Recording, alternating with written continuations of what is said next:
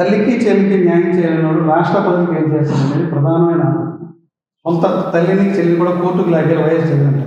ఇందులో వాస్తవం ఏం చెప్తారు? ఇదేమి దేశ సమస్య కాదు, నిన్న కూడా చెప్పారు, మొన్న కూడా ప్రశ్న, ఇదేమి దేశ సమస్య కాదు, రాష్ట్ర సమస్య కాదు, ప్రజా సమస్య అంటే కనుక అంటే సొంత తల్లిని కోర్టుకు లాగారని ఒక్కటే గుర్తుపెట్టుకుంటారు.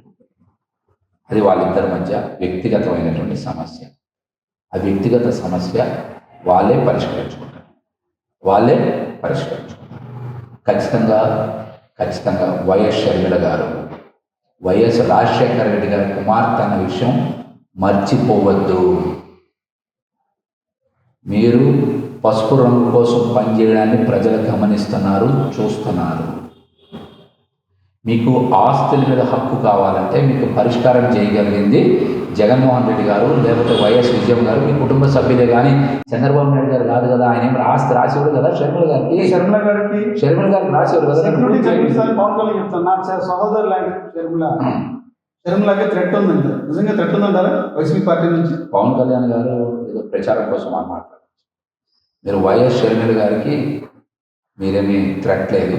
రాష్ట్రంలో మహిళలకి కూటమి ప్రభుత్వం రక్షణ కల్పించమని చెప్పండి. పిఠాపురంలో మహిళల మీద దాడి చేసి వాళ్ళకి రక్షణ కల్పించమని, తెనాల్లో మహిళల మీద దాడి చేస్తే రక్షణ కల్పించమని, గుడ్లవల్లేరు కాలేజీలో మహిళలు ఇబ్బంది పడితే అక్కడ రక్షణ కల్పించమని, రాష్ట్రంలో ఉన్న మహిళలకి రక్షణ కల్పించే బాధ్యత తీసుకోమని చెప్పండి. షర్మిల గారు కాంగ్రెస్ పార్టీ ఈ రాష్ట్ర అధ్యక్షురాలని, ఆమెకు మీరేం రక్షణ కల్పించాల్సిన అవసరం లేదు.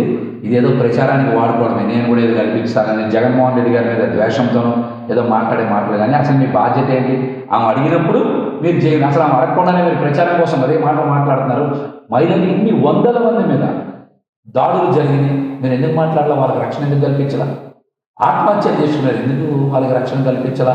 హత్యలు చేసుకున్నారు, వాళ్ళకి రక్షణ కోసం ఎందుకు మాట్లాడకుండా షర్మిల గారి కానీ ఇలాంటి కాలక్షేపం పనికిమాలిన మాటలు పవన్ కళ్యాణ్ గారి మాటలు ప్రజలు ఉపేక్షించారు.